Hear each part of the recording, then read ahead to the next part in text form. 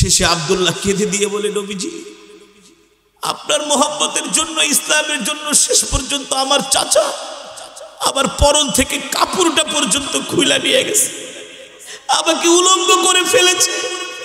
এই কথা শুনে নবীজি আর সহ্য করতে পারলেন না, বললেন আব্দুল্লাহ তুই আমার বুকে আয়, আব্দুল্লাহ তুই আমার বুকে আয়। আব্দুল্লাহকে নবীজি বুকের মধ্যে জড়ায় নিলেন।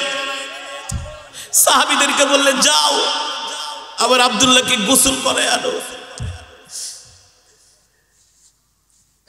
আব্দুল্লাহকে গোসল করে আনা হলো।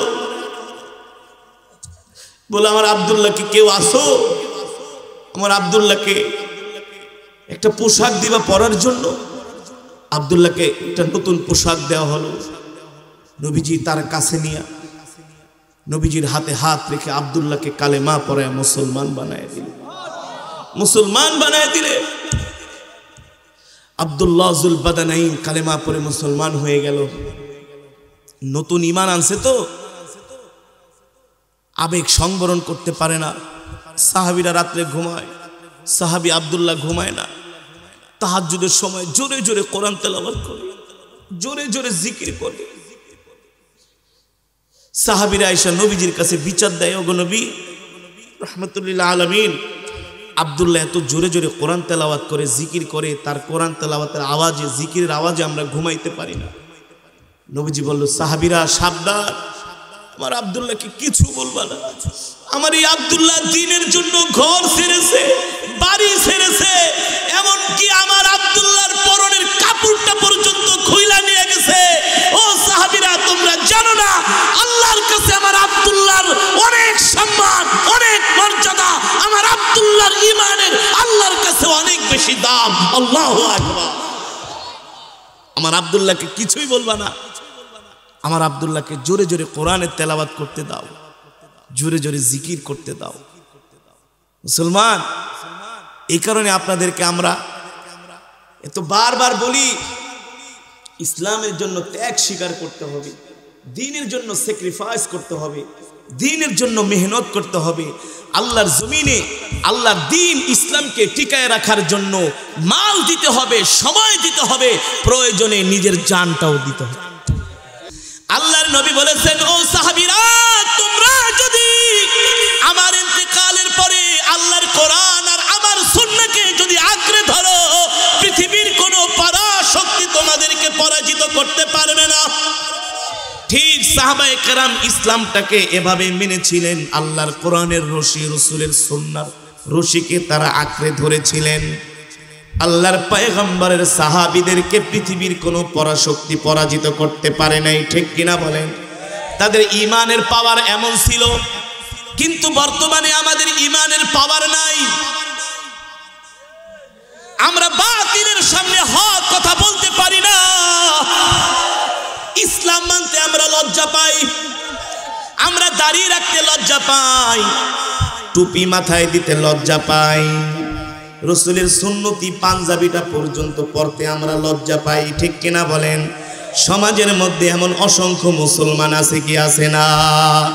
অথচ সাহাবায়ে কেরাম জীবন চলে গেছে, আল্লাহর নবীর একটা সুন্নাত ছেড়ে দেয় নাই। ইসলাম অবমাননা হবে এমন কোন কাজ সাহাবীরা আজ পর্যন্ত করে নাই। করেছে? ঠিক তার মধ্য থেকে আল্লাহর নবীর সাহাবী আব্দুল্লাহ জুল বাদানাইন এখনো কালেমা পড়ে মুসলমান হয় নাই। ও যুবক, দ্বীনের জন্য তার ত্যাগ, তার কেমন কোরবানি ছিল, দ্বীনের জন্য তার কেমন দরদ ছিল, মায়া ছিল, ভালোবাসা ছিল। আজকে তো আমরা আমাদের ইসলামের জন্য আমাদের দরদ নাই, মায়া নাই, ভালোবাসা নাই। অথচ এই ইসলামের জন্য আল্লাহর পয়গম্বরের সাহাবীরা নিজের জীবনটা পর্যন্ত কোরবানি করে দিয়েছে। এমন অসংখ্য নজির আছে কি আছে না? ইসলামের জন্য নিজের মাতৃভূমি পর্যন্ত ছেড়েছেন, ইসলামের জন্য ঘর ছেড়েছেন, বাড়ি ছেড়েছেন, আত্মীয় স্বজন ছেড়েছেন, এমনকি জন্মদাতা মা পর্যন্ত ছেড়েছেন, কিন্তু ইসলাম ছাড়ে নাই। ইসলাম, রাসূলের প্রিয় সাহাবী সালমান ফার্সি নাম শুনছেন? এই ইসলাম মানার কারণে তার বাবা তাকে ঘরের মধ্যে পিঠ মোড়া বেঁধে বড় একটা মুগুরের সাথে শিকল দিয়া বেঁধে রেখেছে। আমরা যখন ছোটবেলায় হেফজখানায় পড়তাম, ছাত্ররা পালাইলে 40-50 কেজি ওজনের মুগুরের সাথে শিকল দিয়ে আটকায় রাখতেন। ঠিক সালমান ফার্সি রাদিয়াল্লাহু তাআলা আনহুকে এভাবে করে তার 2 হাত পিঠ মোড়া বেঁধে মুগুরের সাথে তালা মেরে রেখেছে তার বাবা, যাতে করে সে ইসলাম গ্রহণ করতে না পারে, সত্য দিন ইসলাম যাতে সে গ্রহণ করতে না পারে। এই কারণে হযরত সালমান ফার্সি রাদিয়াল্লাহু তাআলা আনহুকে ঘরের মধ্যে আটকায়া রাখছে। ইতিহাস বলে এত নির্যাতন করার পরেও হযরত সালমান ফার্সিকে আটকায়া রাখতে পারে নাই। মদিনায় এসে আল্লাহর নবীর হাতে হাত রেখে কালেমা পড়ে মুসলমান হয়ে গেছে। এই সালমান ফার্সি নিজের মা বাবা ভাই বোন আত্মীয় স্বজন জন্মভূমি মাতৃভূমি ঘর ছেড়ে বাড়ি ছেড়ে সব ছেড়ে রোম পারস্য থেকে মদিনায় চলে আসছে। আল্লাহু আকবার। দ্বীনের জন্য কোরবানি করতে হয় মুসলমান, ইসলামের জন্য কোরবানি করতে হয়। শুধু মুখে মুখে মুসলমান দাবি করলেই হয় না, মুসলমানের মুসলমানিত্ব থাকতে হয়। কোনো প্রশংসা আমার সামনে করো তাহলে কিন্তু আমি তোমাকে দুনিয়ার জমিন থেকে বিদায় করে দিব। নাউজুবিল্লাহ। আব্দুল্লাহ বলে, চাচা আপনি যতই হুমকি দামকি দেন না কেন, চাচা আপনি আপনার নিজের মুখেই স্বীকার করেছেন মুহাম্মদের মতো এত ভালো মানুষ মক্কার জমিনে নাই, তার মতো এত আমানতদারি মানুষ মক্কার জমিনে নাই। তার কোরআন তেলাওয়াত আপনি নিজেও শোনেন। ও চাচা, যদি মুহাম্মদ ভালো হয়, তার কোরআনের তেলাওয়াত যদি ভালো লাগে, মুহাম্মদের চরিত্র আখলাক যদি আপনার পছন্দ হয়, তাহলে আসেন চাচা ভাতিজা দুইজনে মিলে মুহাম্মদের ধর্ম গ্রহণ করে নেই। আল্লাহু আকবার। চাচা বলে, যা বলছস দ্বিতীয়বার এই কথা বলবি না। আব্দুল্লাহ বলে, চাচা ফাইনালি শুনে রাখেন, আপনি কালেমা পড়ে যদি ইসলাম ধর্ম গ্রহণ করেন, আমার সাথে মদিনায় চলেন, আর না থাকলে আপনি থাকেন, না থাকলে আপনি মক্কায় থাকেন, আমি মদিনায় চলে যাব। আমি আর দেরি করব না, মুহাম্মদের হাতে হাত রেখে আমি কালেমা পড়ে মুসলমান হয়ে যাব। চাচা বলে, এর পরিণাম কি জানো তুমি? বলে, কি পরিণাম হবে? পরে পরিণাম হবে ভয়ঙ্কর। বলে, আই ডোন্ট কেয়ার, আমি মোটেও শঙ্কিত নই, আমি মোটেও ভীত নই। আল্লাহু আকবার। এ তো হচ্ছে ইমানদারের পরিচয়। হ্যাঁ, এই সমাজে কিছু মুসলমান আছে দেখবেন শুধু মসজিদে যায় আর ঘরে আসে। সমাজে অন্যায় অবিচার অত্যাচার জুলুম ফাহেশা কাজ জিনা ব্যভিচার চলে, কিন্তু সে কোনো প্রতিবাদ করার ক্ষমতা আছে, তারপরও কি করে না? প্রতিবাদ করে না। তার মানে তার ইমানের পাওয়ার নাই, আর ওই ইমান দিয়া তুমি আল্লাহর জান্নাতে যেতে পারবা না। তোমাকে মুসলমান হতে হবে তো ইমানদার মুসলমান হতে হবে, ঠিক কিনা বলেন? যে মুসলমানের কথা বললাম, এমন মুসলমান আছে না? আছে। আবার এই সমাজে এমন কিছু মুসলমানও আছে একাই 100, একাই কি 100। চাঁদপুরে এক মাহফিলে গেছি। বর্তমানে বাংলাদেশে যত মাহফিল বন্ধ হয় ম্যাক্সিমাম হলো ভিলেজ পলিটিক্স, মানে সমাজের ভিতরে 2-3 দল শুধু লাগালাগি করে। হ্যাঁ, 2-3 দল লাগালাগি করে, পরে আল্লাহ যায় আমারে সভাপতি দাও নাই, আমারে সেক্রেটারি দাও নাই, এই করো নাই সেই করো নাই, মাহফিল বন্ধ। চাঁদপুরে এক মাহফিলে গেছে, একজন যুবককে, হুজুর মাহফিলের আয়োজন কেন করলাম? এই কারণে মুরব্বীরা আমার জুতা দেওয়া পর্যন্ত পিটাইছে। যত যাই করুক না কেন, আমি বলছি মাহফিল হবেই হবে। মাত্র 2 জন যুবক, কয়জন? পুরা এলাকা তার বিরুদ্ধে, কেউ মাহফিলে আসবে না। আমি বলি, চিন্তা করো না, আমার কাছে ঔষধ একটা আছে। জয়া যখন কোরআন তেলাওয়াতে টান দিলাম, এটা আল্লাহ তাআলার রহমত। আল্লাহ মানুষের অন্তরের ভিতরে কোরআনের মহব্বত, সব মানুষগুলো আস্তে আস্তে করে পিঁপড়ার মতো লাইন ধরে ধরে মজমায় আইসা বসে গেছে। আর জোরে বলেন সুবহানাল্লাহ। হ্যাঁ, যুগ জামানা পাল্টে দিতে চাইনে অনেকজন, একজনই আনতে পারে জাতির জাগরণ। আরে মুসলমানের বাচ্চা একাই 100 হতে হবে, ইমানদার মুসলমান। এলাকায় যদি কোনো নাচ হয়, গান হয়, জুয়া হয়, সাথে সাথে বন্ধ করে দিবেন। পারবেন তো ইনশাআল্লাহ? পারবেন তো ইনশাআল্লাহ? এটা মুসলমানের দেশ, ঠিক কিনা বলেন? এটা ওলামায়ে কেরামের দেশ, আউলিয়া আউলিয়াদের দেশ। এই দেশে যা ইচ্ছা তাই করা যাবে না, যেখানে 95% মুসলমান। ঈমান নিয়ে বাঁচতে হবে। কি নিয়ে? ঈমান নিয়ে না বাঁচতে কোনো লাভ নেই। যেমন ঈমান ছিল ওই সাহাবী আব্দুল্লাহ। চাচা বলে, ভাতিজারে যদি কালেমা পড়ে মুসলমান হয়ে যাও, তার পরিণতি হলো আমি তোমাকে ঘর থেকে বের করে দিব। বলে, ঘর থেকে বের হয়ে যাব, এ ভাতিজা সম্পদ থেকে তোমাকে বঞ্চিত করব। বলে, কোনো চিন্তা করি না, সম্পদ নিয়ে যান। কোনোভাবেই ভাতিজাকে ঠেকাতে পারছে না। চাচা একটা কৌশল গ্রহণ করলো, মনে করলো এই কৌশল দিয়া ভাতিজাকে বিরত রাখা যাবে। বলল, ভাতিজা তোমার পরনে যেই কাপড়টা আছে এই কাপড়টাও কিন্তু আমার পয়সা দিয়া কিনা। কত নির্মম, চিন্তা করা যায়? ও যুবক, চিন্তা করা যায়? চাচা বলে, তোমার পরনে যেই কাপড়টা এটাও কিন্তু আমার পয়সা দিয়া কিনা। ভাতিজা বলে, কি বলবেন স্পষ্ট করে বলেন। বলে, যদি মুহাম্মদের ধর্ম গ্রহণ করো, পরনের কাপড় পর্যন্ত খুইলা উলঙ্গ করে ছেড়ে দেব।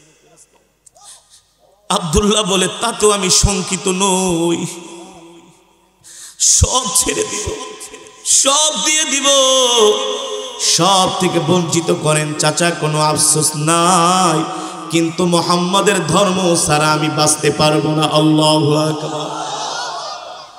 চাচা বলে, বলেটা কি? চাচা মনে করেছিল ভাতিজা তার লজ্জা স্থানটা ঢাকার জন্য হলেও চাচার কাছে আত্মসমর্পণ করবে। আব্দুল্লাহ এই কথা বলার পরে নিজের পরনের কাপড়টা খুলে একেবারে উলঙ্গ হইয়া চাচার মুখের উপরে কাপড়টা মেরে দিয়ে বললেন, চাচা শেষ পর্যন্ত আপনি আমার পরনের কাপড়টা পর্যন্ত খুইলা নিলেন, তারপরও আপনার কাছে আত্মসমর্পণ করব না। যে মুহাম্মদের জন্য এত পাগল হয়েছি, ওই মুহাম্মদকে পাওয়ার জন্য আমি মদিনায় চলে গেলাম। আল্লাহু আকবার। দৌড়াইয়া বাড়িতে গেলেন, যে মাকে বললেন, মা এক টুকরা কাপড় দাও। মা ঘরের দরজা খোলার চেষ্টা করে, সন্তান বলে, মা ঘরের দরজা খুলো না, আমার দিকে তাকায়ও না, আগে আমাকে এক টুকরা কাপড় দাও। আব্দুল্লাহর মা ঘর থেকে একটা কাপড় বের করে দিলেন। ওই কাপড়টা দুই টুকরা করে, এক টুকরা দিয়া লজ্জা স্থান ঢাকলেন, আর এক টুকরা তার শরীরের মধ্যে পেঁচালেন। এবার আব্দুল্লাহর মা জিজ্ঞেস করে, বাবারে তোর এই পরিণতি কারণটা কি, তোর এই অবস্থা কারণটা কি?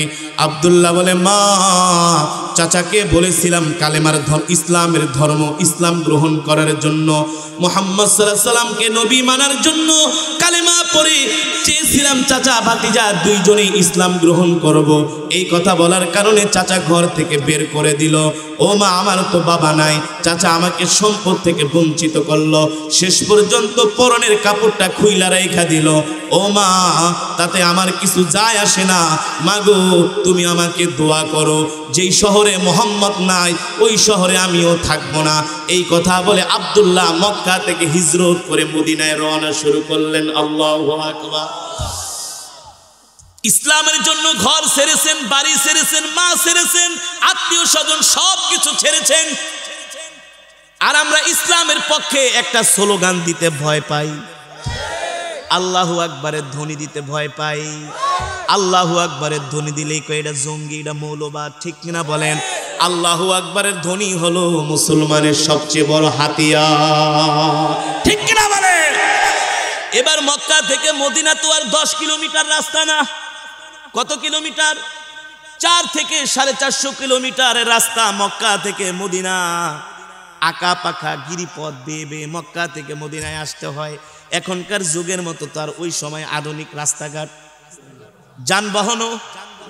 কত কোরবানি চিন্তা করা যায়, কত ত্যাগ চিন্তা করা যায়, কত ত্যাগ, কত কোরবানি, কত মেহনত। আল্লাহ দিনের পর দিন না খায়া, না লয়া, না ঘুমায়া। যুবক, আল্লাহর নবী যদি হাসরের মাঠে জিজ্ঞেস করে আমরা কি জবাব দিব? এ তোরা আমার উম্মত, তোরা ইসলামের জন্য কি করছস? দেখ আমার নবীর শরীরে কত তরবারির দাগ, তীরের দাগ, পাথরের দাগ। আমার আবু বকরের শরীরে কত দাগ, আমার ওসমানের শরীরে কত দাগ। আমার বেলালকে মেরে কি করেছে দেখ, আমার খাব্বাবকে মেরে কি করেছে দিনের জন্য দেখ।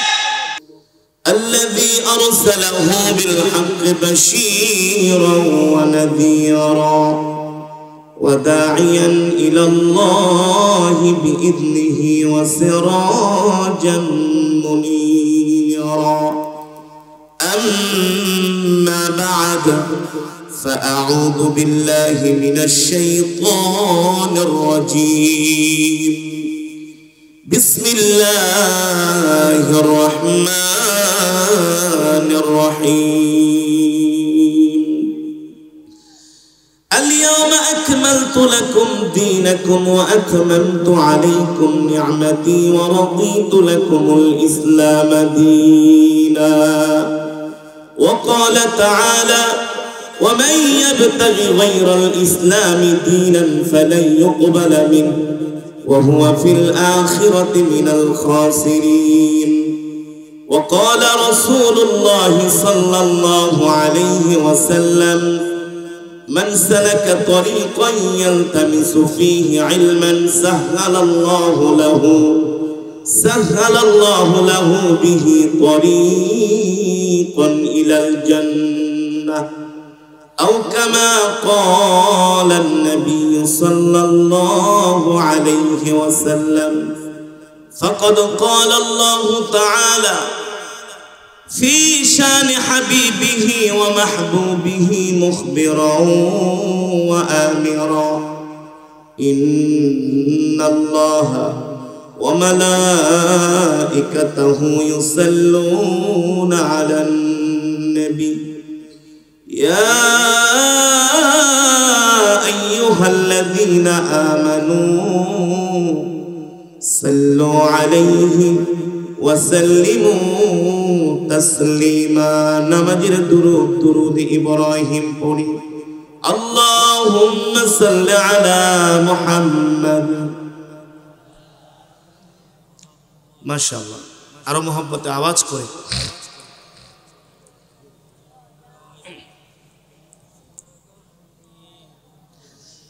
আপনারা কি দুরূদ শরীফের ফজিলত সওয়াব সম্বন্ধে জানেন? অনেকে জানেন না। দুরূদ শরীফ পড়লে যে কত সওয়াব, দুরূদ শরীফ পড়লে যে কত ফজিলত, দুরূদ শরীফ পড়লে যে কত উপকার আপনারা জানেন না।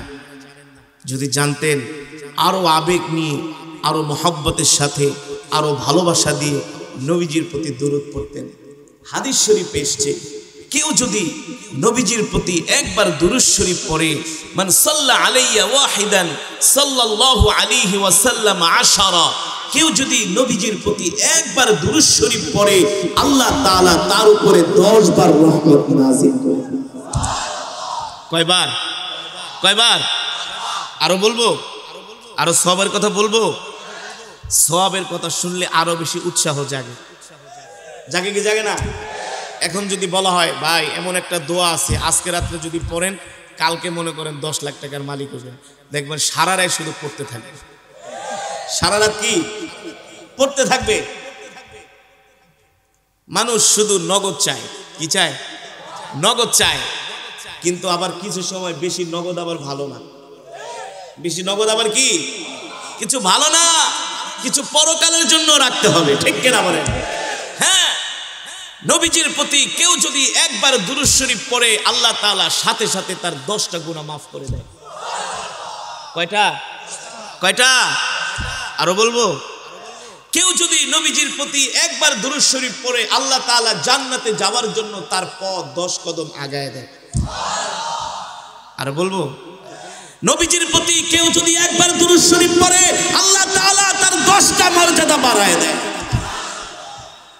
শুধু এখানেই শেষ নয়, আমরা যখন দুরূদ শরীফ পড়ি এই দুরূদ শরীফ নিয়ে সাথে সাথে ফেরেশতারা মদিনাতুল মুনাওয়ারা নবীজির রওজায় হাজির হয়ে যায়। কি হয়ে যায়? সরকারে দো আলম রাহমাতুল লিল আলামিন জিজ্ঞেস করে ফেরেশতা কি নিয়ে এসছো? ওগো নবীজি বাংলার জমিন থেকে আপনার উম্মতেরা আপনার নামে দুরূদ শরীফের হাদিয়া পাঠিয়েছে। সরকারে দো আলম বলে ফেরেশতা, যে উম্মত আমাকে কোনোদিন দেখে নাই, আমার জবানের কথাও আমার শোনে নাই, আমার কণ্ঠের আওয়াজও শোনে নাই, যে উম্মত আমাকে না দেখে, আমার জবানের কথা না শুনে আমাকে এত ভালোবেসে আমার নামে দুরূদ শরীফ পড়েছে, ফেরেশতা তোরা সাক্ষী থাকিস, আমি নবী সেই উম্মতকে ছাড়া আল্লাহর জান্নাতে যাব না, যাব না, যাব না।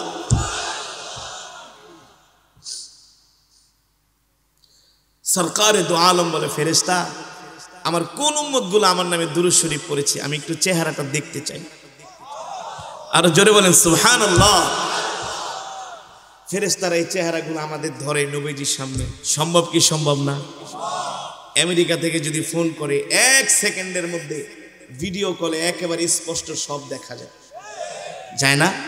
তো ফেরেশতারা কি আমাদের চেহারাগুলো নবীজির সামনে ধরতে পারে না?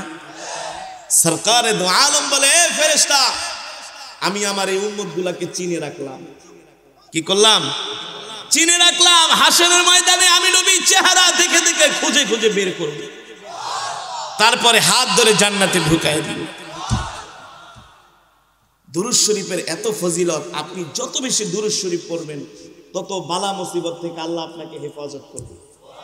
যত বড় বিপদে পড়েন না কেন, যত বড় বিপদে পড়েন না কেন, আপনার যদি দুরূদ শরীফের আমল থাকে, এক্সট্রা যদি জমা থাকে, কোন জালেম আপনাকে কোনো ষড়যন্ত্র করে আটকাতে পারবে না, পারবে না, পারবে না। নবীজির দুরূদের এত ফজিলত। খালেক কে? খালেক বুঝেন তো? আবার আপনাদের এলাকার আব্দুল খালেক মনে করেন না। খালেক মানে সৃষ্টিকর্তা, সৃষ্টিকারী, সৃষ্টিকারী আল্লাহ হচ্ছেন খালেক, আমরা হচ্ছি মাখলুক। আমরা কি? দাওয়াত ও তাবলীগে একটা কথা বলে, ভাই মাখলুক কিছুই করতে পারে না খালেক ছাড়া, মানে বান্দা কিছুই করতে পারে না আল্লাহ ছাড়া, ঠিক কিনা বলেন? সেই মাওলায় পাক নিজে বলতেছেন, আল্লাহ তাআলার কি কোনো ইবাদত করার দরকার আছে? দরকার নাই। আল্লাহ তো আল্লাহ, সে আবার কার ইবাদত করবে? সে তো খালেক, সে তো সর্বময় ক্ষমতার মালিক। আছে বাংলাদেশের প্রধানমন্ত্রী কোন মন্ত্রীকে গণে? গণে? কারণ সে হলো রাষ্ট্রের সবচেয়ে বড় উচ্চ পদস্থ, ঠিক কিনা বলেন? তার কাছে সবাই ধর্ণা ধরে। কিন্তু আমার আল্লাহ তো সারা পৃথিবী বিশ্ব জগতের মালিক। কোন সন্দেহ আছে? বিশ্বাস না থাকলে তোর ঈমানই থাকবে। সেই আল্লাহ বলছেন, নবী ইন্নাল্লাহা ওয়া মালাইকাতাহু ইউসাল্লুনা আলান নবী। ও নবী, আমার হাবিব, আমার বন্ধু, আপনার নামে দুরূদ শুধু ফেরেশতারাই পড়ে না, আপনার উম্মত শুধু আপনার নামে দুরূদ পড়ে না, আমি আল্লাহও আপনার নামে দুরূদ পড়ি। আরো জোরে বলেন সুবহানাল্লাহ। আরে আল্লাহ যদি আমার নবীর নামে দুরূদ পড়তে পারে, তুমি আমি সলিমদ্দি কলিমদ্দি কি হয়ে গেছে? আমাদের তো উচিত সারাক্ষণ সব সময় নবীজির নামে দুরূদ পড়া। পড়বেন তো? পড়বেন তো? আপনাদের হাতে ধরি, পায়ে পড়ি, দৈনিক কমসে কম 100 বার হলেও দুরূদ শরীফ পড়বেন, কমসে কম 100 বার হলেও পড়বেন। পড়বেন তো ইনশাআল্লাহ? পারলে আরো বেশি, পারলে আরো বেশি। আসুন আরেকবার পড়ি। আল্লাহুম্মা বারিক আলা মুহাম্মাদ ওয়া আলা আলি মুহাম্মাদ কামা বারাকতা আলা ইব্রাহিম।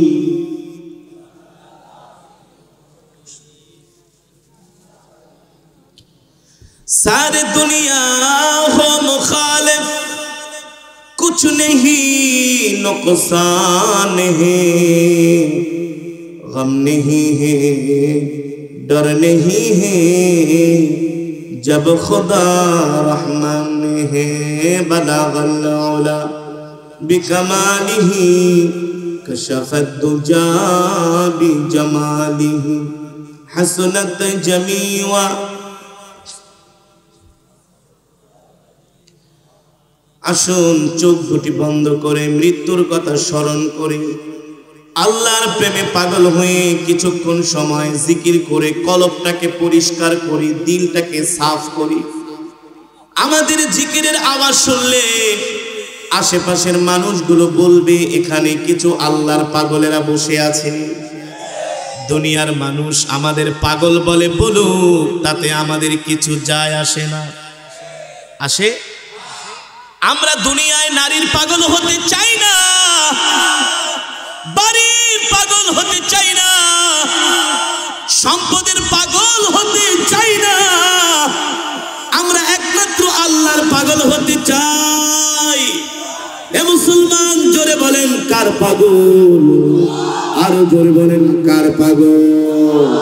আসুন সেই মাওলায় পাকের নামের জিকির করি, লা ইলাহা ইল্লাল্লাহ, লা ইলাহা।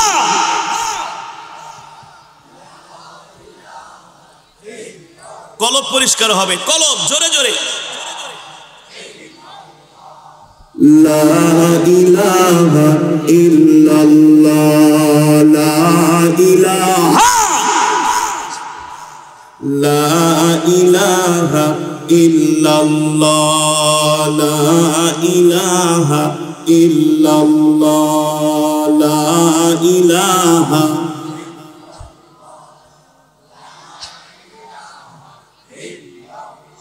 মাশাআল্লাহ।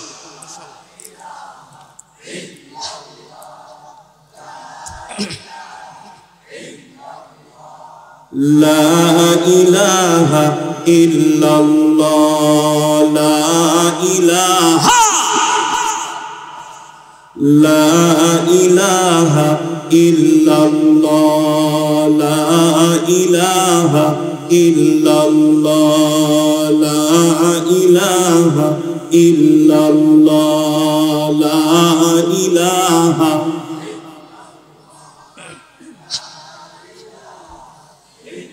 লা ইলাহা ইল্লাল্লাহু মুহাম্মাদুর রাসূলুল্লাহ। জোরে জোরে বলি সাল্লাল্লাহু। আলহামদুলিল্লাহ। বালাপুর উত্তরপাড়া যুব সমাজের উদ্যোগে কবরবাসী রুহের মাগফিরাত কামনায় একদিন ব্যাপী আজিমুশান ইসলামী মহাসম্মেলন। উক্ত সম্মেলনের মান্যবর শ্রদ্ধাভাজন সভাপতি, প্রধান অতিথি, আইম্মায়ে মাসাজিদ, দিগার হযরতে উলামায়ে কেরাম, তালাবায়ে আযম, মঞ্চে উপবিষ্ট অত্র এলাকার সম্মানিত সাবেক চেয়ারম্যান সাহেব, আজকের মাহফিলের প্রধান অতিথি, সভাপতি, বিশেষ অতিথি, পর্দার অন্তরালে সম্মানিত মা বোনেরা, সেই মহান আল্লাহ সুবহানাহু ওয়া তাআলার দরবারে লাখো কোটি শুকর, যে মহান রব্বে করিম আজকে আমাদেরকে এত সুন্দর কোরআন ও হাদিসের মেজমা, জান্নাতের বাগান। এটা কিসের বাগান? আরো জোরে বলেন কিসের বাগান? জান্নাতের বাগান। এ বাগানে রব্বে করিম আপনাকে আমাকে আসার বসার তৌফিক দিয়েছেন, সুযোগ করে দিয়েছেন। এই জন্য মাওলায় পাকের দরবারে হৃদয় উজাড় করে কালিমাতুশ শুকুর আদায় করি, বলি আলহামদুলিল্লাহ। সম্মানিত হাজিরিন, আজকের এই মজমায়, এই অধিবেশনে যারা উপস্থিত হয়েছেন, আপনাদের খুশনসিব, আপনাদের কপাল ভালো, আপনাদের ভাগ্য ভালো, আপনারা আল্লাহর পেয়ারা বান্দা। আলহামদুলিল্লাহ বলেন। কিভাবে বলতে পারেন? এই মজমায় যারা উপস্থিত হয়েছেন সকলেই এক খতম করে কোরআন শরীফের সওয়াব পেয়েছে। কয় খতম? বিশ্বাস হয় না? বলতে পারেন হুজুর আপনি আবার কি বলেন? এক খতম কোরআন শরীফ পড়াইতে গেলে তো উত্তর পাড়া, দক্ষিণ পাড়া, পূর্ব পাড়া, পশ্চিম পাড়া, কত পাড়ার হুজুর দাওয়াত দিতে হয়। 10 জন। কয়জন ইমাম? আবার অনেক ইমাম সাহেবের শিডিউল খালি থাকে না। হ্যাঁ, বেটা আজকে দাওয়াত লয়ে আইছস, আরো 4টা রেখা বয়ে রইছে। তারপরে হুজুরদেরকে দাওয়াত দিলে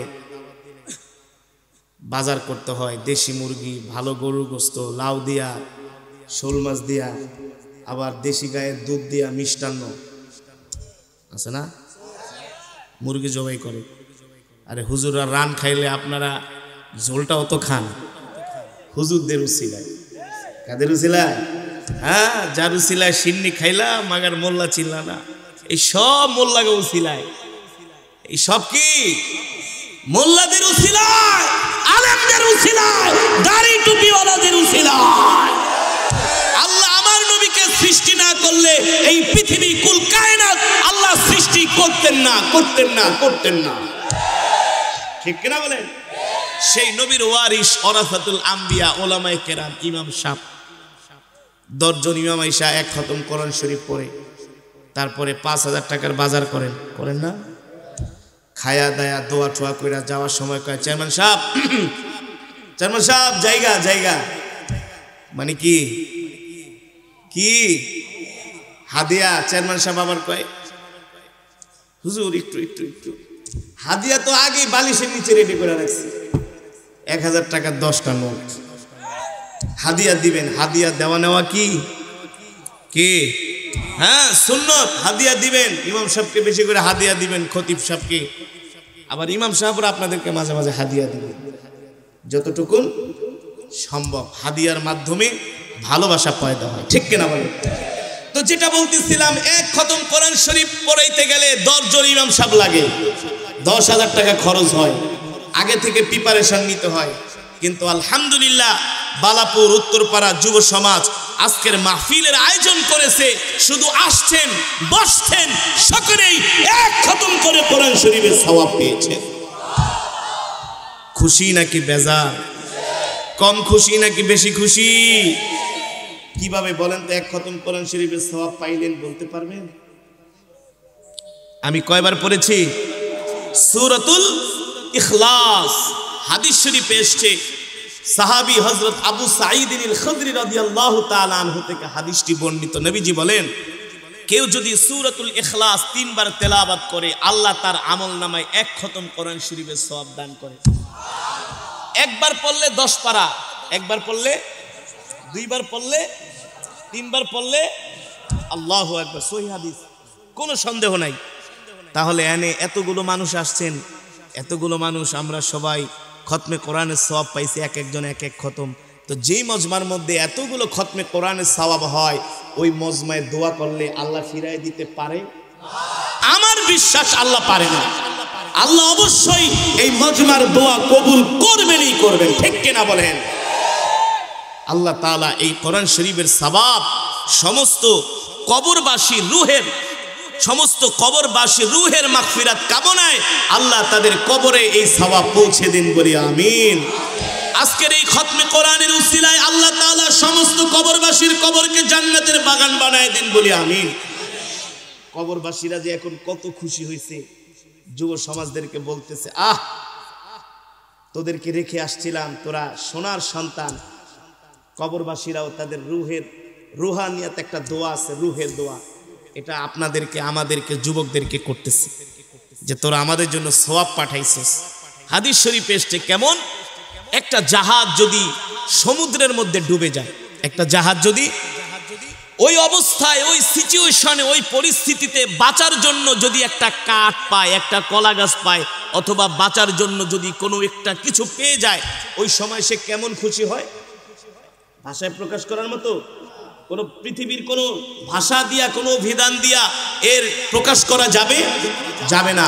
হাদিস শরীফে এসেছে কবরবাসীদের জন্য আমরা যখন দোয়া করি, তাদের জন্য, তাদের রূহের মাগফিরাতের জন্য, তাদের ক্ষমার জন্য, কবরবাসীরা ওই কলার ভেড়া, ওই সমুদ্রের মধ্যে তক্তা পাইলে যেই খুশি হয়, তার চাইতে আরো কোটি কোটি গুণ অগণিত খুশি হয়। আল্লাহু আকবার। এই কারণেই যেহেতু রূহের মাগফিরাত কবরবাসীদের, আমি সূরা ইখলাস 3 বার তেলাওয়াত করেছি, যাতে আল্লাহ তাআলা তাদের রূহের মাগফিরাতে, তাদের কবরে এই সওয়াব পৌঁছে দিন, বলি আমিন। নিশ্চয় নিঃসন্দেহে আজকের মাহফিল কবুলিয়াত মাহফিল, কোনো সন্দেহ নাই। ইনশা আপনি আল্লাহ তাআলার সম্বন্ধে যেমন ধারণা করবেন, আল্লাহ ঠিক আপনার সাথে তেমন আচরণ করবে। আপনি নামাজ পড়ার পরে যদি বলেন আমার নামাজ কবুল হয় নাই, মনে হয় না হয়েছে, দোয়া করলে যদি বলেন মনে হয় না দোয়া কবুল হয়েছে, আল্লাহ বলে তোর দোয়া কবুল হবে না, কারণ তুই আমার সম্বন্ধে নেগেটিভ কেন ধারণা করোস। আল্লাহ হচ্ছে রহমান, আল্লাহ কি? আল্লাহ রহিম, আল্লাহ কি? আল্লাহ দয়ার সাগর। আল্লাহ বলে বান্দা তুই আমার সম্বন্ধে পজিটিভ ধারণা কর, আমি আল্লাহ তোকে ফিরায় দিব না, তোর দোয়া আমি আল্লাহ কবুল করে নিব, ঠিক কিনা বলেন? আল্লাহ তাআলা আজকের এই মাহফিলকে কবুল করুন। আল্লাহ আমাদের সকলকে কবুল করুন বলি আমিন। সম্মানিত হাজিরিন, আল্লাহর পেয়ারা বান্দারা, এবার আসেন আমি কোরআন কারীমের একটা আয়াত তেলাওয়াত করেছি। আল ইয়াউমা আকমালতু লাকুম দীনাকুম ওয়া আতমামতু আলাইকুম নি'মাতি ওয়া রাদিতু লাকুমুল ইসলাম দীনা। আল্লাহ বলেন, নবী আমি আপনাকে যেই দিন যেই ধর্ম দিয়েছি এটা এমন এক দিন, এমন এক ধর্ম, এই ধর্ম হলো এই পৃথিবীর জমিনে একমাত্র কমপ্লিট জীবন ব্যবস্থা, তার নাম হলো ইসলাম। তার নাম কি? ইসলাম। ইন্না দীনা ইনদাল্লাহিল ইসলাম, আল্লাহর কাছে মনোনীত ধর্ম ইসলাম ছাড়া আল্লাহ অন্য কোন ধর্ম তন্ত্র মন্ত্র আল্লাহর কাছে গ্রহণযোগ্যতা পাবে না, পাবে না। ঠিক কিনা বলেন? ইসলাম ছাড়া আল্লাহ অন্য কোন ধর্ম অ্যাকসেপ্ট করবে না। অন্যান্য ধর্মাবলম্বীরা মনে করে আমরা মরণের পরে স্বর্গে যাব। না না না, কোনো সুযোগ নাই। আল্লাহ বলে না, ইসলাম ছাড়া তো আমি অন্য কোনো মতবাদ, অন্য কোনো তন্ত্র মন্ত্র আমি আল্লাহ গ্রহণ করবই না, আর মাফ করার প্রশ্নই আসে না। ঠিক কিনা বলেন? এই কারণে সম্মানিত হাজিরিন, এই ইসলাম, এই দ্বীনের জন্য আল্লাহর নবী তায়েফের ময়দানে রক্ত দিয়েছেন, কাফেরের পাথরের আঘাত খেয়েছেন। ঠিক কিনা বলেন? এই দ্বীনের জন্য, ইসলামের কথা বলার জন্য আমার নবীকে তায়েফের ময়দানের কাফেররা এমন ভাবে পাথর মেরেছে, আমার নবীকে রক্তাক্ত করেছে। আমার নবী শুধুমাত্র একমাত্র এই দ্বীনের প্রচার করার কারণে, ইসলামের মর্মবাণী মক্কার কাফেরদের সামনে তুলে ধরার কারণে মক্কার কাফেরেরা আমার নবীর উপরে এমন অকাথ্য নির্যাতন করেছে যেটা পৃথিবীর কোনো ভাষায় প্রকাশ করার মতো নয়। ঠিক কিনা বলেন? কিন্তু এত নির্যাতন অত্যাচার করার পরেও আমার নবী কালেমার দাওয়াত বন্ধ করে দেয় নাই, দিয়েছে। এমনকি এই দ্বীনের জন্য কোনো প্রশংসা আমার সামনে করো, তাহলে কিন্তু আমি তোমাকে দুনিয়ার জমিন থেকে বিদায় করে দিব। নাউজুবিল্লাহ। আব্দুল্লাহ বলে, চাচা আপনি যতই হুমকি দামকি দেন না কেন, চাচা আপনি আপনার নিজের মুখে স্বীকার করেছেন মুহাম্মদের মতো এত ভালো মানুষ মক্কার জমিনে নাই, তার মতো এত আমানতদারি মানুষ মক্কার জমিনে নাই, তার কোরআন তেলাওয়াত আপনি নিজেও শোনেন। ও চাচা, যদি মুহাম্মদ ভালো হয়, তার কোরআনের তেলাওয়াত যদি ভালো লাগে, মুহাম্মদের চরিত্র আখলাক যদি আপনার পছন্দ হয়, তাহলে আসেন চাচা ভাতিজা দুইজনে মিলে মুহাম্মদের ধর্ম গ্রহণ করে নেই। আল্লাহু আকবার।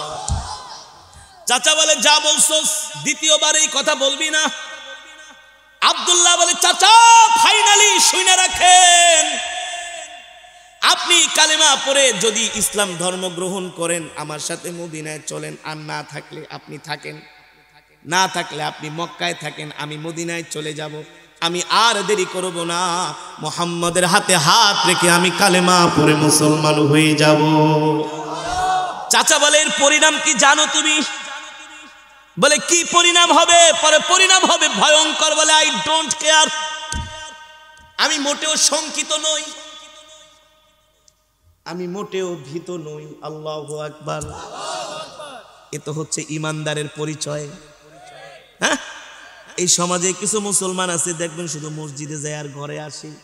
সমাজে অন্যায়, অবিচার, অত্যাচার, জুলুম, ফাহেশা কাজ, জিনা, ব্যভিচার চলে, কিন্তু সে কোনো প্রতিবাদ করার ক্ষমতা আছে, তারপরও কি করে না? প্রতিবাদ করে না।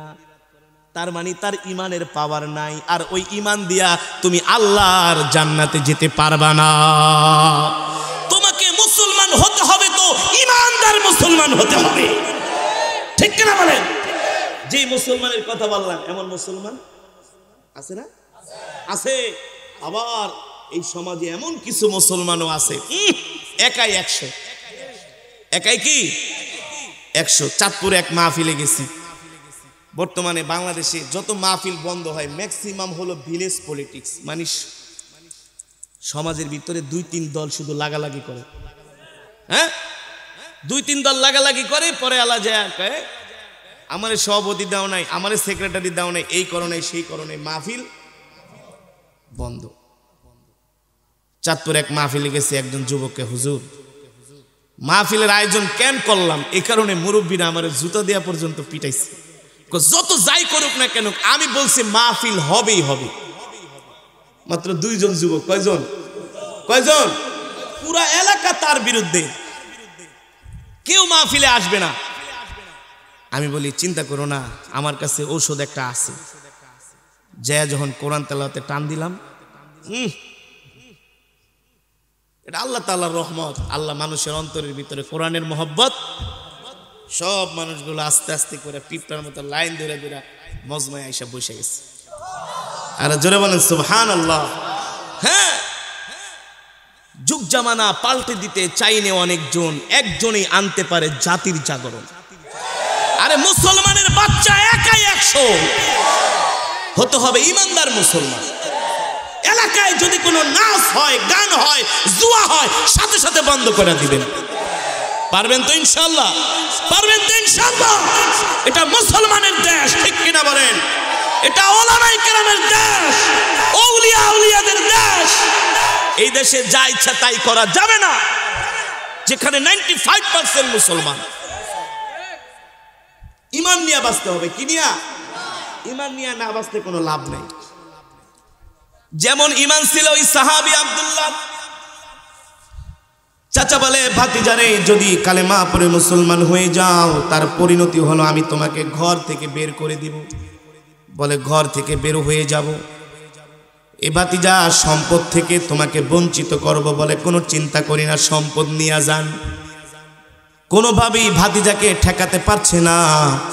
চাচা একটা কৌশল গ্রহণ করলো, মনে করলো এই কৌশল দিয়া ভাতিজাকে বিরত রাখা যাবে। বলল, ভাতিজা তোমার পরনে যে কাপড়টা আছে, এই কাপড়টাও কিন্তু আমার পয়সা দিয়া কিনা। কত নির্মম, চিন্তা করা যায়? ও যুবক, চিন্তা করা যায়? চাচা বলে, তোমার পরনে যে কাপড়টা, এটাও কিন্তু আমার পয়সা দিয়া কিনা। ভাতিজা বলে, কি বলবেন স্পষ্ট করে বলেন। বলে, যদি মুহাম্মদের ধর্ম গ্রহণ করো, পরনের কাপড় পর্যন্ত খুইলা উলঙ্গ করে ছেড়ে দেব। আব্দুল্লাহ বলে, তা তো আমি শঙ্কিত নই, সব ছেড়ে দিব, সব দিয়ে দিব, সব থেকে বঞ্চিত করেন চাচা, কোনো আফসোস নাই, কিন্তু মুহাম্মদের ধর্ম ছাড়া আমি বাঁচতে পারবো না। আল্লাহু আকবার। চাচা বলে, বলেটা কি? চাচা মনে করেছিল ভাতিজা তার লজ্জা স্থানটা ঢাকার জন্য হলেও চাচার কাছে আত্মসমর্পণ করবে। আব্দুল্লাহ এই কথা বলার পরে নিজের পরনের কাপড়টা খুলে একেবারে উলঙ্গ হইয়া চাচার মুখের উপরে কাপড়টা মেরে দিয়ে বললেন, চাচা শেষ পর্যন্ত আপনি আমার পরনের কাপড়টা পর্যন্ত খুইলা নিলেন, তারপরও আপনার কাছে আত্মসমর্পণ করব না। যে মুহাম্মদের জন্য এত পাগল হয়েছি, ওই মুহাম্মদকে পাওয়ার জন্য আমি মদিনায় চলে গেলাম। আল্লাহু আকবার। দৌড়ে বাড়িতে গেলেন, যে মাকে বললেন, মা এক টুকরা কাপড় দাও। মা ঘরের দরজা খোলার চেষ্টা করে, সন্তান বলে, মা ঘরের দরজা খুলো না, আমার দিকে তাকায়ও না, আগে আমাকে এক টুকরা কাপড় দাও। আব্দুল্লাহর মা ঘর থেকে একটা কাপড় বের করে দিলেন। ওই কাপড়টা 2 টুকরা করে, এক টুকরা দিয়া লজ্জা স্থান ঢাকলেন, আর এক টুকরা তার শরীরের মধ্যে পেঁচালেন। এবার আব্দুল্লাহর মা জিজ্ঞেস করে, বাবারে তোর এই পরিণতি কারণটা কি, তোর এই অবস্থা কারণটা কি? আব্দুল্লাহ বলে, মা চাচাকে বলেছিলাম কালেমার ইসলামের ধর্ম, ইসলাম গ্রহণ করার জন্য, মুহাম্মদ সাল্লাল্লাহু আলাইহি সাল্লামকে নবী মানার জন্য কালেমা পড়ে চেয়েছিলাম চাচা ভাতিজা দুইজনেই ইসলাম গ্রহণ করব। এই কথা বলার কারণে চাচা ঘর থেকে বের করে দিল। ও মা, আমার তো বাবা নাই, চাচা আমাকে সম্পদ থেকে বঞ্চিত করলো, শেষ পর্যন্ত পরনের কাপড়টা খুইলা রাইখা দিল। ও মা, তাতে আমার কিছু যায় আসে না, মাগো তুমি আমাকে দোয়া করো, যেই শহরে মুহাম্মদ নাই ওই শহরে আমিও থাকবো না। এই কথা বলে আব্দুল্লাহ মক্কা থেকে হিজরত করে মদিনায় রওনা শুরু করলেন। আল্লাহু আকবার। ইসলামের জন্য ঘর ছেড়েছেন, বাড়ি ছেড়েছেন, মা ছেড়েছেন, আত্মীয় স্বজন সব কিছু ছেড়েছেন। আর আমরা ইসলামের পক্ষে একটা স্লোগান দিতে ভয় পাই, আল্লাহু আকবারের ধ্বনি দিতে ভয় পাই। আল্লাহু আকবারের ধ্বনি দিলেই কয় এটা জঙ্গি, এটা মৌলবাদ, ঠিক কিনা বলেন? আল্লাহু আকবারের ধ্বনি হলো মুসলমানের সবচেয়ে বড় হাতিয়ার, ঠিক কিনা বলেন? এবার মক্কা থেকে মদিনা তো আর 10 কিলোমিটার রাস্তা না, কত কিলোমিটার? 4 থেকে 450 কিলোমিটারের রাস্তা মক্কা থেকে মদিনা। আঁকা পাখা গিরিপথ বেয়ে বেয়ে মক্কা থেকে মদিনায় আসতে হয়। এখনকার যুগের মতো তার ওই সময় আধুনিক রাস্তাঘাট, যানবাহনও। কত কোরবানি চিন্তা করা যায়, কত ত্যাগ চিন্তা করা যায়, কত ত্যাগ, কত কোরবানি, কত মেহনত। আল্লাহ দিনের পর দিন না খায়া, না লয়া, না ঘুমায়া। যুবক, আল্লাহর নবী যদি হাসরের মাঠে জিজ্ঞেস করে আমরা কি জবাব দিব? হে তোরা আমার উম্মত, তোরা ইসলামের জন্য কি করছস? দেখ আমার নবীর শরীরে কত তরবারির দাগ, তীরের দাগ, পাথরের দাগ। আমার আবু বকরের শরীরে কত দাগ, আমার ওসমানের শরীরে কত দাগ। আমার বেলালকে মেরে কি করেছে দেখ, আমার খাব্বাবকে মেরে কি করেছে দিনের জন্য দেখ।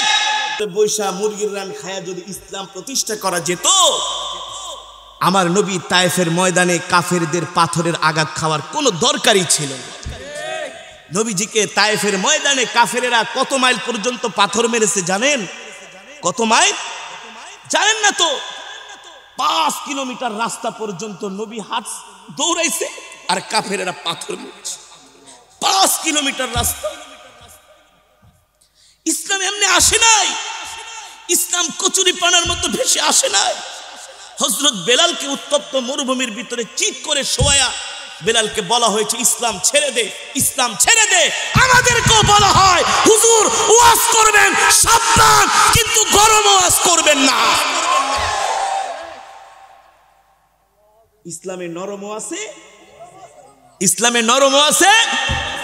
যখন যেমন তখন তেমন। নরমও লাগবে। আবু বকর ছিলেন নরম, ওমর ছিলেন না? মানায় বলতেছি, পারলে চ্যালেঞ্জ করেন, কাউন্টার দেন যে হ্যাঁ হুজুর আপনি মন গড়া বক্তব্য দিচ্ছেন। ইসলামের বাইরে একটা কথাও বলছি। ওই সাহাবী আব্দুল্লাহ 450 মাইল পথ মক্কা থেকে পায়ে হেঁটে, ঘোড়ায় চড়ে, কত কষ্ট করে দিনের পর দিন খেয়ে না খেয়ে সফর করে মদিনায় যে উঠেছেন। এক যুবককে জিজ্ঞেস করলেন আইনা মুহাম্মদ ইবনে আব্দুল্লাহ হালান্তা তারিফ, তুমি কি মুহাম্মদ ইবনে আব্দুল্লাহকে চিনো? সে কোথায়? বলে নাম আরিফ, ইমশি মাই, আসো আমার সাথে। নিয়ে গেলেন আল্লাহ নবীর হুজরাত দিকে। নবীজি সাহাবীদেরকে কোরআনের বয়ান করছেন। মদিনার আনসারী সাহাবী তো আবেগ আপ্লুত হয়ে নবীজির বয়ান শুনতেছেন, আর দলে দলে কাফেরেরা এসে কালেমা পড়ে মুসলমান হয়ে যাচ্ছে। আব্দুল্লাহ একেবারে পিছনে যে বসে বসে কোরআনের বয়ান শুনতেছেন আর চোখ দিয়ে পানি।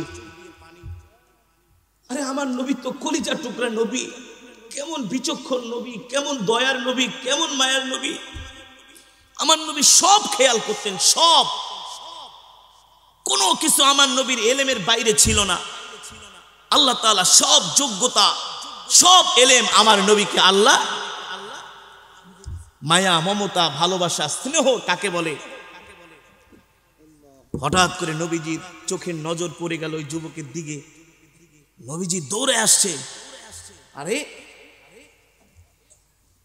মিন আইনা জিতা, তুমি কোত্থেকে আসছো? তোমাকে তো আমার চিনা চিনা লাগে। তুমি না মক্কার ওই যুবক? চোখের পানি ছেড়ে দিয়ে আব্দুল্লাহ বলে আমি সেই আব্দুল্লাহ। বলে আরে তুমি মক্কা থেকে কিভাবে আসলা? আব্দুল্লাহ দাঁড়ায় গেছে, গায়ের জামা, গায়ের মধ্যে কোনো ভালো পোশাক নাই, চুল ময়লা হয়ে গেছে, না খেতে খেতে হাড্ডিগুলো জেগে গেছে, শরীরে মনে হয় হাড্ডি ছাড়া আর কিছু দেখা যায় না। কতদিনের ক্ষুধার্ত, তৃষ্ণার্ত, নির্ঘুম, কত রাত কেটেছে। নবীজি বলে তোমার এই অবস্থা কেন? বলে আল্লাহর নবী আমি তো এতিম, আমি আমার চাচার কাছে গেলাম, যে ইসলাম ধর্ম গ্রহণ করার কথা বললাম। আমার চাচা বলল তুই যদি ইসলাম ধর্ম গ্রহণ করস ঘর থেকে বের করে দিব। নবীজি তার কথায় আমি কোনো সায় দেই নাই, বলে ঘর থেকে বের করে দেন, বলে সম্পদ থেকে বঞ্চিত করব, বলে কোনো সমস্যা নাই। শেষে আব্দুল্লাহ কেঁদে দিয়ে বলে নবীজি আপনার মোহাম্মদের জন্য, ইসলামের জন্য শেষ পর্যন্ত আমার চাচা আবার পরন থেকে কাপড়টা পর্যন্ত খুলে নিয়ে গেছে, আমাকে উলঙ্গ করে ফেলেছে। এই কথা শুনে নবীজি আর সহ্য করতে পারলেন না, বললে আব্দুল্লাহ তুই আমার বুকে আয়, আব্দুল্লাহ তুই আমার বুকে আয়। আব্দুল্লাহকে নবীজি বুকের মধ্যে জড়ায় নিলেন। সাহাবীদেরকে বললেন যাও আবার আব্দুল্লাহকে গোসল করে আনো। আব্দুল্লাহকে গোসল করে আনা হলো। বলে আমার আব্দুল্লাহকে কেউ আসো, আমার আব্দুল্লাহকে একটা পোশাক দিবা পরার জন্য। আব্দুল্লাহকে একটা নতুন পোশাক দেওয়া হলো। নবীজি তার কাছে নিয়ে নবীজির হাতে হাত রেখে আব্দুল্লাহকে কালেমা পড়ায় মুসলমান বানায় দিলে, মুসলমান বানায় দিলে। আব্দুল্লাহ জুল বাদানাইন কালেমা পড়ে মুসলমান হয়ে গেল। নতুন ঈমান আনছে তো আবেগ সংবরণ করতে পারে না। সাহাবীরা রাত্রে ঘুমায়, সাহাবী আব্দুল্লাহ ঘুমায় না। তাহাজ্জুদের সময় জোরে জোরে কোরআন তেলাওয়াত করে, জোরে জোরে জিকির করে। সাহাবীরা আয়েশা নবীজির কাছে বিচার দেয়, ওগো নবী রাহমাতুল্লিল আলামিন আব্দুল্লাহ এত জোরে জোরে কোরআন তেলাওয়াত করে, জিকির করে, তার কোরআন তেলাওয়াতের আওয়াজে, জিকিরের আওয়াজে আমরা ঘুমাইতে পারি না। নবীজি বলল সাহাবীরা সাবধান, আমার আব্দুল্লাহকে কিছু বলবা না। আমার এই আব্দুল্লাহ দ্বীনের জন্য ঘর ছেড়েছে, বাড়ি ছেড়েছে, এমনকি আমার আব্দুল্লাহর পরনের কাপড়টা পর্যন্ত খুইলা নিয়ে গেছে। ও সাহাবীরা তোমরা জানো না আল্লাহর কাছে আমার আব্দুল্লাহর অনেক সম্মান, অনেক মর্যাদা, আমার আব্দুল্লাহর ঈমানের আল্লাহর কাছে অনেক বেশি দাম। আল্লাহু আকবার। আমার আব্দুল্লাহকে কিছুই বলবা না, আমার আব্দুল্লাহকে জোরে জোরে কোরআনের তেলাওয়াত করতে দাও, জোরে জোরে জিকির করতে দাও। মুসলমান, এই কারণে আপনাদেরকে আমরা এত বারবার বলি ইসলামের জন্য ত্যাগ স্বীকার করতে হবে, দ্বীনের জন্য স্যাক্রিফাইস করতে হবে, দ্বীনের জন্য মেহনত করতে হবে। আল্লাহর জমিনে আল্লাহর দ্বীন ইসলামকে টিকায় রাখার জন্য মাল দিতে হবে, সময় দিতে হবে, প্রয়োজনে নিজের জানটাও দিতে হবে। সাহাবায়ে কেরাম এভাবেই করেই দ্বীনের জন্য সময় দিয়েছেন, মাল দিয়েছেন, জান দিয়েছেন, মেহনত করেছেন। বর্তমানে বাংলার জমিনে হাজার হাজার কওমি মাদ্রাসা, এই মাদ্রাসার ইতিহাস তো আপনারা জানেন না। এখনো পর্যন্ত কওমি মাদ্রাসার ছাত্ররা আল্লাহর জমিনে আল্লাহর দ্বীনকে টিকায় রাখার জন্য তারা কোরআন হাদিস এমনভাবে অধ্যয়ন করে 3 বেলা পর্যন্ত পেট ভরে খায় না, ভালো খাবারও পায় না, শুধু এই কোরআন হাদিস শিখে আপনাদেরকে দ্বীন শিখানোর জন্য। আর কোরআন হাদিস যদি উলামায়ে কেরাম সহি দ্বীন যদি শিক্ষা না করে, তাহলে বাংলার জমিনে কি ইসলাম থাকবে? থাকবে না। এ কারণে উলামায়ে কেরামের অনেক অবদান এই দ্বীনের জন্য। আর আপনারা সেই উলামায়ে কেরামকে সহযোগিতা করবেন যাতে আল্লাহর জমিনে আল্লাহর দ্বীন টিকায় থাকে। এই কারণে প্রয়োজন হলে আমরা আমাদের মাল, আমরা আমাদের সময়, আমরা আমাদের জানটাও আল্লাহর দ্বীনের জন্য দিতে রাজি আছে তো ইনশাআল্লাহ? রাজি আছে তো ইনশাআল্লাহ? কে কে রাজি আছেন হাত ওঠান। নারায়ে তাকবীর, নারায়ে তাকবীর। আল্লাহ আমাদের কবুল করুন বলি আমিন। হাত নামান। এ কারণে হক্কানি পীর আলেম ওলামাদের কাছে সব সময় তাদের সোহবতে থাকবেন, হক্কানি আলেমদের সাথে সম্পর্ক রাখবেন। হক্কানি আলেম দরকারি আলেম, দরবারি আলেম না। হক্কানি পীর বুজুর্গ যারা আছে মাঝে মাঝে দাওয়াত ও তাবলীগে সময় লাগাবেন। কি করবেন ভাই? দাওয়াত ও তাবলীগে সময় লাগাবেন। চরমনায় যাবেন 3 দিনের জন্য, শুধু জিকির আর জিকির। জিকির করলে কি হয়? কি হয়? কলব পরিষ্কার হয়। দূর থেকে সমালোচনা করবেন না। বাংলার জমিনে ইসলাম টিকে আছে শুধুমাত্র উলামায়ে দেওবন্দের কারণে। ঠিক কিনা বলেন? তারা কখনো বাতিলের সাথে আপোষ করেন, হক্কানি আলেমদের সাথে থাকবেন। আল্লাহ তাআলা আমাদের সকলকে আল্লাহর জমিনে আল্লাহর দ্বীনের খাদেম, আল্লাহর দ্বীনের খেদমত করার জন্য আল্লাহ আমাদের কবুল করুন, বলি আমিন। সব কিছুর ঊর্ধ্বে যেন আমরা আল্লাহর দ্বীনের জন্য আমাদের সব কিছু উজাড় করে দিতে পারি হযরত সাহাবায়ে কেরামের মতো, সেই ঈমান আল্লাহ আমাদেরকে দান করুন, বলি আমিন। এই আশা ব্যক্ত করে আমি আমার আলোচনা এখানেই শেষ করছি। اللهم صل على محمد وعلى آل محمد كما صليت على إبراهيم وعلى آل إبراهيم إنك حميد مجيد. اللهم بارك على محمد وعلى آل محمد كما باركت على إبراهيم وعلى آل إبراهيم إنك حميد مجيد. اللهم آمين. ربنا ظلمنا أنفسنا وإن لم تغفر لنا وترحمنا لنكونن من الخاسرين.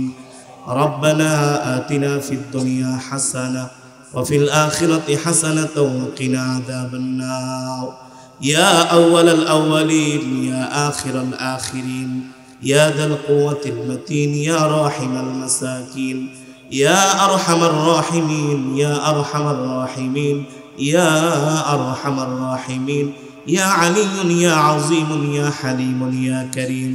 মাওলাই করিম মেহেরবানি করে तमाम জিন্দেগীর গুনাহ খাতাগুলো maaf করে দেন।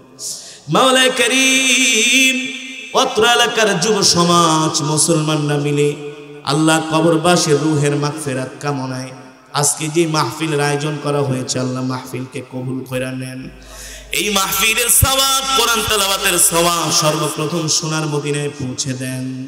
আয় আল্লাহ প্যারা নবীজির পরিবার পরিজন আত্মীয় স্বজন সকলের আরওয়াহ পাকে পৌঁছে দেন। বদরের সাহাবী, উহুদের সাহাবী, খন্দকের সাহাবী সমস্ত সাহাবায়ে কেরামের আরওয়াহ পাকের হাদিয়া পৌঁছে দেন। বাবা আদম থেকে শুরু করে আজ পর্যন্ত যত মুমিন মুমিনাত মুসলিম মুসলিমাত যারা অন্ধকার কবরে শায়িত, আল্লাহ আপনি সকলের আরওয়াহ পাকে পৌঁছে দেন। মেহেরবানি করে আল্লাহ আমাদের জনম দুঃখিনী আব্বা জান আম্মা জানের কবরে আযাবগুলো maaf করে দেন। আব্বা আম্মার কবরকে জান্নাতের বাগান বানায় দেন। দাদা দাদি নানা নানি আত্মীয় স্বজন পাড়া প্রতিবেশীদেরকে maaf করে দেন। মেহেরবানি করে আল্লাহ আজকের এই মাহফিলকে কবুল করে নেন। আয় আল্লাহ মেহেরবানি করে অত্র এলাকার যুব সমাজ কবরবাসী রূহের মাগফিরাত কামনায় যে মাহফিলের আয়োজন করেছে, অত্র এলাকার গোরস্থানে যত মুর্দিগান শুয়ে আছে সমস্ত কবরবাসীর কবরে আযাব maaf করে দেন। কবরবাসীর কবরকে জান্নাতের বাগান বানায়া দেন। একটা কবরবাসীর কবর আল্লাহ আযাব দিয়েন না, সমস্ত কবরকে আল্লাহ আপনি জান্নাতের বাগান বানায়া দেন। আমাদের জনম দুঃখিনী আব্বা জান আম্মা জানের কবরে আযাবগুলো maaf করে দেন।